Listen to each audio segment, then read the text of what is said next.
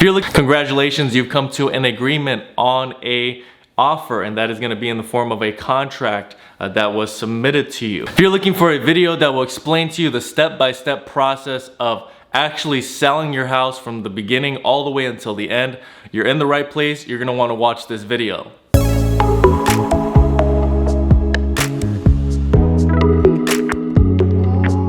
Hey homeowners, what is going on? Thank you for joining me today. I'm going to be talking about the step-by-step process of what it looks like to actually sell your house. It's not just one event that happens and you have your house sold. There are many different factors that play into actually selling your home. So what does that process look like? In this video, I'm going to talk about each one of those steps, and I hope that this helps you paint a picture of what it actually looks like and what the process is for selling your home. If this video ends up being helpful, please make sure to like. Any questions at all, comment below. And if you want more content like this, please make sure to subscribe. Now, selling your home can be frustrating, can be stressful at times. It can be overwhelming to think about, but I hope that this video gives you peace of mind that there is a lot to do, but you're gonna get support if you hire the right people. All right, so I wanna get right into the content of this video. So the first thing you want to do to sell your home, the very first step number one, is to prepare your home. And that is by cleaning, decluttering, and making repairs. The reason why this is so vitally important in the beginning is because the next step is going to play right into this. There might be small repairs that need to be made. Maybe there's a hole in the wall that you really just got used to, or there's old carpet, or something small. Unless the market really indicates that getting a new kitchen like this one is going to give you a lot more money at the end of the day, you really want to stick to the smaller repairs, decluttering, taking everything off the counters, cleaning up. This is going to be a preliminary preparation because you're going to have to do this a few times, and we'll get to that in just a minute. Now, the next thing you're going to do is you're going to hire a real estate agent. This step is excluded for those that are going to be selling for sale by owner. You're not going to need to hire a real estate agent, but everything else on this list is going to be your responsibility to take care of before the home gets listed and on until the closing table. Now, you may know someone personally that's a real estate agent, or you may get a recommendation. Google someone in the area, or just call, assign, one of the most popular realtors in your area. But the thing is, to find a real estate agent, maybe I would really suggest interviewing 2 or 3 agents before you actually choose one. Hi, my name is Brandon. I'm a local real estate agent. If you wanted a home valuation, there's going to be a link down in the description below. If you want to contact me directly about anything real estate related, selling your home, buying a new home, my phone number is here on the screen and down in the description box. So feel free to contact me, call or text. I look forward to hearing from you. All right, so the very next thing that's going to happen is you're going to discuss this with your realtor, but your realtor is really going to take the reins from this point on with the sale of your home, and they're going to kind of lead you and guide you into the different things that need to happen for you to actually get your home sold and to the closing table. And so the next thing that's going to happen is photos are going to be taken of your home. This is one of the most vital steps in the home selling process, because remember, we talked about cleaning and decluttering. You're going to want to step that up a notch now, but right before the photos, you want to make sure that everything is clean, everything is decluttered. Everyone that lives in the home, you're going to want to step out of the house for the time period where the photos are being taken. Animals, you need to put them away. Make sure that there's nothing that you don't want seen in the photos, because the photos usually happen once. They don't happen after that again. They do in very rare circumstances, but they cost money and they are a big deal, and they really you need to schedule it and get it all figured out. You need to schedule it and plan it, and so those photos are very, very important. So make sure that you're taking all the steps you need to take to have the best photos possible. And your real estate agent is going to give you some more tips as far as staging, what else you can do to improve the photos in your listing. There's also virtual staging. There are different filters that professional photographer companies will use to make your home look amazing. This is a very important step because this is what most of the world is gonna see. This is the impression that most of the world is gonna get from your home when they see it on the internet. Once you have decided on the real estate agent that you're going to use, you are going to sign some documents, a listing agreement, and any other documents that agent requires for them to be able to list your home on the market. So there is going to be some paperwork up front that you need to take care of. The next thing is your real estate agent is going to market your property.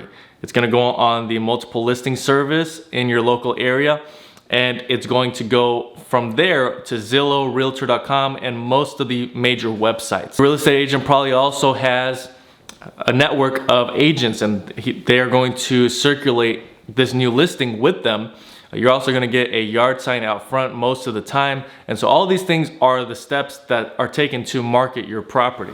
Once your home is on the market, you are then going to get requests, rather your agent is going to get requests for buyer's agents and their clients to view your home. So you're gonna have a lockbox on your home most likely. That's going to be discussed during your meeting with your real estate agent. And you're going to have showing requests. Your agent is gonna make you aware of those showing requests, and you do not wanna be there when there is a showing. But they're going to come, take a look at the property. Hopefully you get multiple showings within a few days, so that way you can generate offers. Offers are generated by more showings. The more showings you get, the better for you. So don't view this as an inconvenience. Bonus information here is when you're using a real estate agent, most of the time the people that will come and look at the house are real estate agents with their buyers. And so that is very, very important, because a real estate agent will make sure that those buyers are qualified and meet the criteria for this specific home.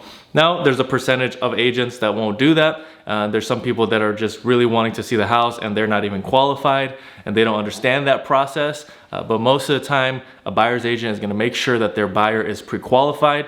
You can make that stipulation. There's a lot of things you can control within this process, and you can tell your agent, I don't want anyone viewing my property that doesn't have a pre-approval letter.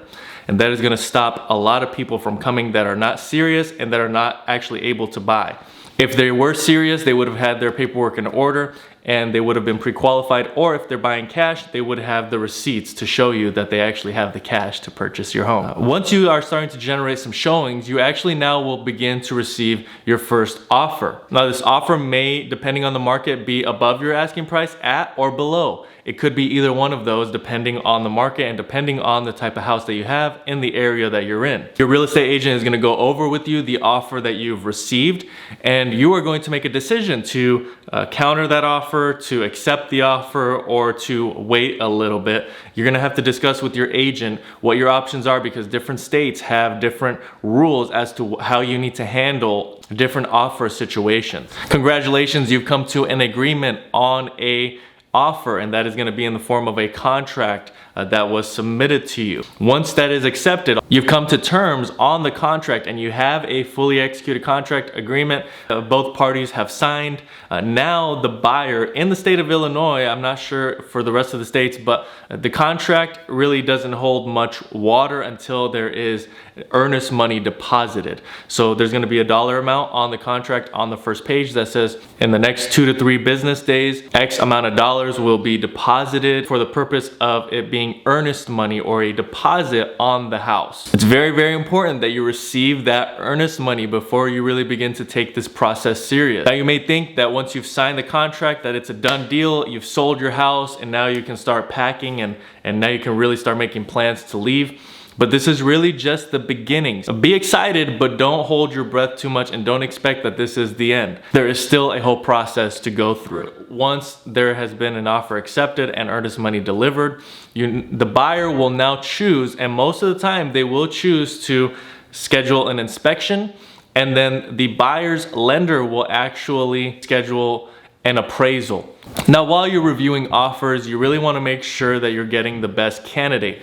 Make sure that your real estate agent is calling the lender for any of the buyers that are interested in your property, just to check out the information that is on the pre-approval letter. This is just another step of verification most real estate agents will take, but just make sure that it's happening. Now, in the state of Illinois, there is a time period, and it's outlined in the contract, of inspection and attorney review. And once you have your inspection, and actually before the inspection, you're gonna wanna start to communicate with a real estate attorney. Your real estate agent is going to guide you through this, but a real estate attorney is going to take care of all of the legalities of the contract. They're going to review that contract and everything that is put together in that deal. The buyer has their attorney as well, and so those two attorneys are going to communicate. The real estate agents are sometimes left out of this conversation. Sometimes they're included in the conversation.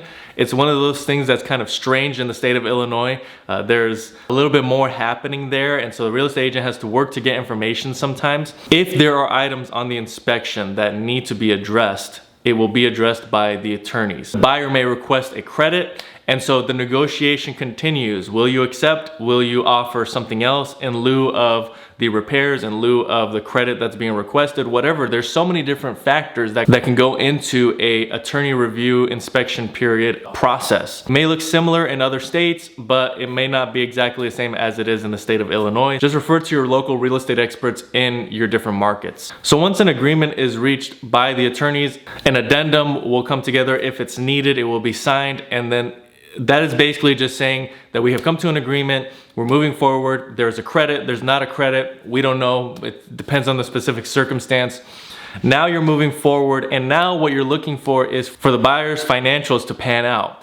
And so if they had a good pre-approval letter and they were well qualified in the beginning, this should be no issue. But if they were using a lender that really didn't check all the boxes that were needing to be checked, this is where you can come up with some issues, some potential problems come from this point going forward. So at this point, you're waiting for that appraisal to happen. So now we're waiting for the appraisal to get it back. What does it look like? Did it come in below? Did it come in over? You're gonna need to discuss what the differences are of an appraisal coming in high or low with your real estate agent. Once that has happened, where you've gotten the appraisal back, the buyer's financials are pending, now you're gonna get closer to actually getting a clear to close. That means that all of the parties involved, lenders, attorneys, or real estate agents, clients, are all in agreement on mostly everything. You've just come to the point where it's the financial part, the financing of the deal. If it's a cash deal, this process is much quicker. It doesn't really happen. Also, there might be, depending on the type of loan your buyer is using, if they're using FHA, on top of their home inspection, there may also be other inspections that happen along the way. Once there is a clear to close, then the final step before getting to the closing table, which the closing table is actually where the sale of your home happens. It doesn't happen back when you got that agreement, when you got that contract. It actually happens at the closing table that totally sold the house and your ownership has been transferred. We'll get to that in just a minute. But the buyer is gonna do a final walkthrough of your home. This final walkthrough, essentially what it is just, it's a legality. It's to make sure that the home is still intact. It's in the condition that the buyer first saw when they went to see the house. And it's just a peace of mind that the buyer is going to the closing table. They're buying something that is in the condition that they believed it to be in from the beginning when they initiated this process. Okay, so now everyone is at the closing table. Well, after COVID, everyone doesn't have to be at the closing table. The seller might be there, so you as a seller may be there, you may not be there. In the state of Illinois, you can sign papers in advance and you don't even have to be at the closing table. The buyer will just be there. Sometimes the buyer's lender will be there, sometimes they won't, sometimes the attorney will be there, sometimes they won't. And so there's so many different factors that go into the actual closing table. The most important part of the closing table, that the buyer is getting funded for the home, either through their lender or with the cash that they have. They're financing this deal, and you're going to be at a title company. The title company is going to make sure that the transfer of the ownership is in proper order. There's so many issues that could arise. So there are so many different vendors. There's so many people that are involved in the home selling process because it's one of the biggest purchases you're going to make, one of the biggest sales you're going to make. And so there's a lot of moving parts with the house. There's a lot of different things. There could be home warranties involved where you want to make sure that the buyer is getting a home warranty. There's so many different details I'm not going to cover in this video because I'm just covering the basics of the home selling process. But once everything is in order with the financials, the buyer is going to sign a lot of papers. And once those papers are signed and everything is fully funded, the funds have been wired, their funds were taken from their bank account to initiate their financing, and everything is fully funded. Then there is a process by which the title company is going to put everything together, they're going to close everything out, and the possession is going to be transferred over to the new buyer. That is where the buyer will receive the keys to your home, maybe a garage door opener, and that is it. From that moment forward, that buyer is now the owner of the property that was once yours. You no longer own that property. Any funds that you were expecting to come to you at that time are going to be wired over to you or given to you via check. And you have totally sold the home. You have the money in the bank, and now you can do as you wish, whatever it is you're needing to do to move forward. Maybe if you were buying a home This is a little extra. If you were now buying a home and you needed those funds to close on your house, those funds now are available and you can now finish up the closing on your home that you're buying. Now, I didn't really talk about this, but throughout all this process, when do you move? Well, you really want to make sure that you're moved out of there before the closing. However, you can negotiate something with the buyer where it's post-possession closing. So that means that there's a provision in the contract where you say, I need 3 days after closing to actually move all my stuff. So that way I have the money in my pocket and I can just move forward with what I need to do, but I need a few days. That is totally something that you can do. The attorneys will take care of all of the details of what it is you actually need to do with that. And you can get that extra time to move. So somewhere along the way, you're gonna be moving. And so there's some options for you there when it comes to moving out of your home. So congratulations, you've sold your house, you've reached the end of the home selling process. I covered some really general aspects. There are still some other details that I may have missed in this video, but these are the general steps that you will take to actually get your home sold. You're gonna be working with the real estate agent very closely. That's the number one person you're gonna be dealing with. Then it's gonna be inspectors. You're gonna be hearing from inspectors. Maybe you get a pre-inspection on your home. You're gonna be dealing with an attorney. You're gonna be dealing with a real estate attorney. You're gonna be dealing with a lot of different vendors. The buyer really is the one that has a lot of the vendors on their side that are gonna help them with actually purchasing the home. They've got their lender as well. They've got their inspections that they need to take care of and anything else, maybe contractors. So there's a lot involved in this whole process, but I hope that this video helped explain what that process looks like. Like I said, I'm a local realtor in the Chicagoland area. If you would like to contact me, my contact information is down below or somewhere here on the screen.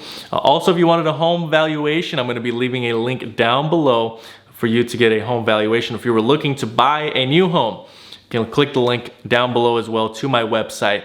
I hope all this information is helpful to you. Again, if this video was helpful, please make sure to like. Any questions at all, comment below. And if you want more content like this, please make sure to subscribe. That's really all I have for now. Thanks so much for watching, and until next time.